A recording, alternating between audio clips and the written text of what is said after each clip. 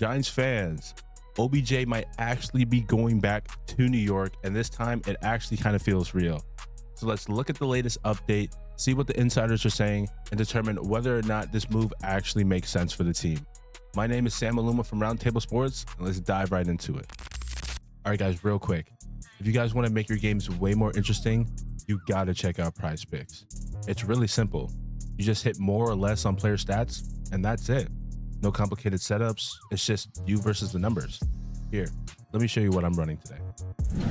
All right, so even though I live in the state of Maryland, so I don't have the regular Prize Picks, I still can make picks on almost anything like climate, crypto, mentions, politics, music.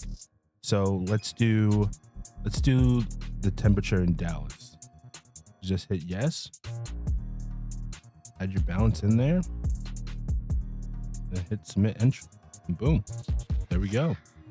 And that's why I like Prize Picks. It's quick and simple, and it keeps me locked into every play. Right now, new users can play $5 and get $50 in lineups using code HMA. So download the app and use code HMA, or just hit the link in the description. Remember to play responsibly and be of the legal age wherever you are. Now, back to the video. So starting off with what we know, OBJ has not played since 2024 for the Miami Dolphins, but he did visit the New York Giants facility on April 20th, where things started to heat up. Now, the key detail is Adam Schefter reported that there is a real chance something might get done with OBJ and the Giants. So this isn't even speculation anymore. Like, this is actually a legitimate reality.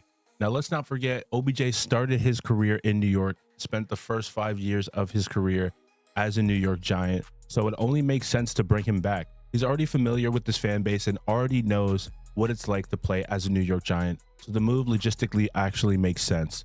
However, if we're being realistic, OBJ is 33 years old. He hasn't eclipsed 600 receiving yards since 2019. So if you're expecting wide receiver one production, no, that's not going to happen.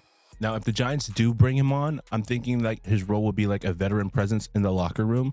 I mean, if he joins this receiving core, I mean, we already have Malik Neighbors, Darius Slayton, Darnell Movie, and now Malachi Fields.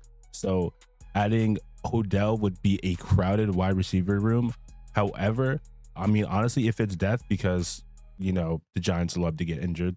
Let's be real. And he can also be a situational piece in key downs and moments during a game. Now, the only thing that scares me with bringing on OBJ is what is his attitude going to be like, you know, because last time he was on New York, you know, his whole locker room and on the field antics is what honestly booted him out of New York. Now, I know he's older and he's more mature, but at the same time, like, we know OBJ, guys. He can be a little bit dramatic. But another good thing that OBJ could bring to the Giants is that he's already familiar with Coach John Harbaugh. He played with him in Baltimore in 2023. So John Harbaugh already knows what to expect, and vice versa. OBJ already knows what to expect with John Harbaugh. Now, in my personal opinion, if they do bring in OBJ, I don't think it's going to be for superstar firepower or anything like that. I think it's going to be, like I said earlier, as a veteran presence move to really train the young guys and bring them up into the league. OBJ has had the highest of highs, so he knows what to expect if you reach that point, and he can teach the young guys how to play in the NFL at the highest level. But let me know what you guys think in the comment section below. Do you think it's a good move for the Giants to bring back OBJ, or do you think that this move doesn't make any sense? Let me know down below. My name is Sam Maluma from Roundtable Sports, and I'm going to see you guys in the next video.